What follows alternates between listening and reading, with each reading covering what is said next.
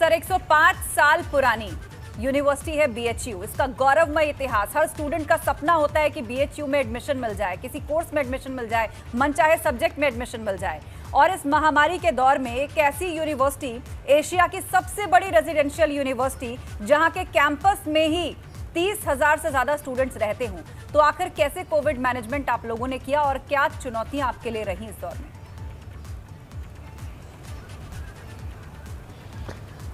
जैसा कि आपने कहा, कोविड काल में इस समय पूरा विश्व विषम परिस्थितियों से गुजर रहा है। स्वास्थ्य, व्यवसाय और रोजगार के अतिरिक्त कोविड-19 का असर हमारे शैक्षणिक व्यवस्था पर भी पड़ा है। और कोविड संक्रमण के इस दौर में विश्वविद्यालय आज सभी शैक्षणिक संस्थान सुचारू रूप से अपना काम करने में असमर्थ हैं। शैक्षणिक व्यवस्था एक ऐसी व्यवस्था है जिसे रोका नहीं जा सकता। हमारे पास तकनीकी संसाधन हैं जिसके माध्यम से हम शिक्षा व्यवस्था को चला सकते हैं। तो इस समय क्लासरूम टीचिंग संभव नहीं है, जैसा कि आप जानते हैं कोविड प्रोटोकॉल में। तो हम ऑनलाइन टीचिंग के माध्यम से शिक्षा का प्रतिपादन कर रहे हैं। उसमें जैसे गूगल मीट है, वेबएक्स, जूम आदि ऑनलाइन जो मंच हैं, उनके माध्यम से हमारे शिक्षकगण क्लास ले रहे हैं और इसमें सफलता भी प्राप्त हुई है। हमारे विद्यार्थी भी इस मोड से पठन पाठन कर रहे हैं और कोर्स भी काफ़ी हद तक पूरे कर लिए गए हैं। मैं ये मानता हूँ कि क्लासरूम टीचिंग का कोई विकल्प नहीं है, परंतु इन विषम परिस्थितियों में ऑनलाइन मोड में पढ़ाई ही एकमात्र व्यवस्था है जिससे शिक्षण का कार्य चल सकता है। इन विषम परिस्थितियों में ऑनलाइन पठन पाठन को और अधिक सुदृढ़ बनाने के लिए हमने कई और विशेष प्रयास भी किए हैं। हम स्वयं पोर्टल, स्वयं प्रभा चैनल और मॉड्यूल के माध्यम से भी अपने विद्यार्थियों को शिक्षा प्रदान कर रहे हैं।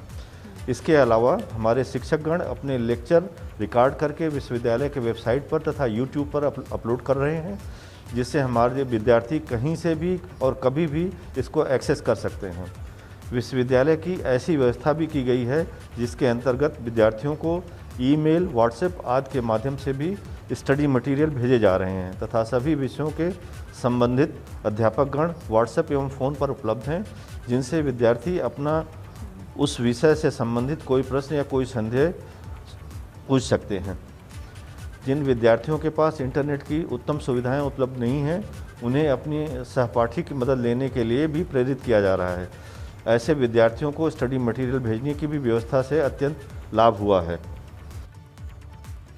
जी, तो सर आपने विस्तार से बताया कि कैसे स्टडी प्रोग्राम्स, उसमें निरंतर क्लासेस चलती रहे। महामारी के दौर में ऑप्शन यही है कि ऑनलाइन के माध्यम से या ऑफलाइन के माध्यम से किसी तरह कोर्स करिकुलम या स्टडी मटेरियल स्टूडेंट्स को मिलता रहे और वो आपस में इंटरैक्ट भी करें, अध्यापकों से भी उनका संपर्क बना रहे। तो उसके लिए ऑनलाइन प्लेटफॉर्म्स बहुत मजबूती से सामने आए हैं। लेकिन सर बीएचयू की जब बात होती है, इतनी रेप्यूटेड यूनिवर्सिटी, इतने बड़े बड़े स्कॉलर्स यहाँ से निकले हैं जिन्होंने अपने क्षेत्र में नाम कमाया है, इनोवेशंस के लिए जानी जाती है।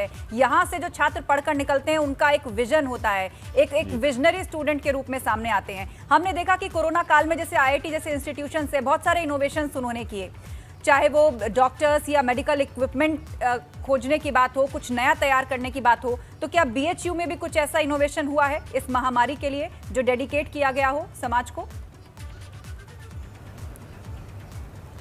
हाँ, हमारे विश्वविद्यालय में हमारे केमिस्ट्री डिपार्टमेंट के लोगों ने एक सैनिटाइज़र का इनोवेट किया है, जो वो पूरे अस्पताल में और विश्वविद्यालय परिसर में सप्लाई कर रहे हैं। और हमारी मेडिकल फैकल्टी जो है वो रिसर्च में लगी हुई कोरोना के ट्रीटमेंट में, उसमें आयुष का भी रोल है, मॉडर्न मेडिसिन का भी रोल है और जॉइंट रोल भी इनका है।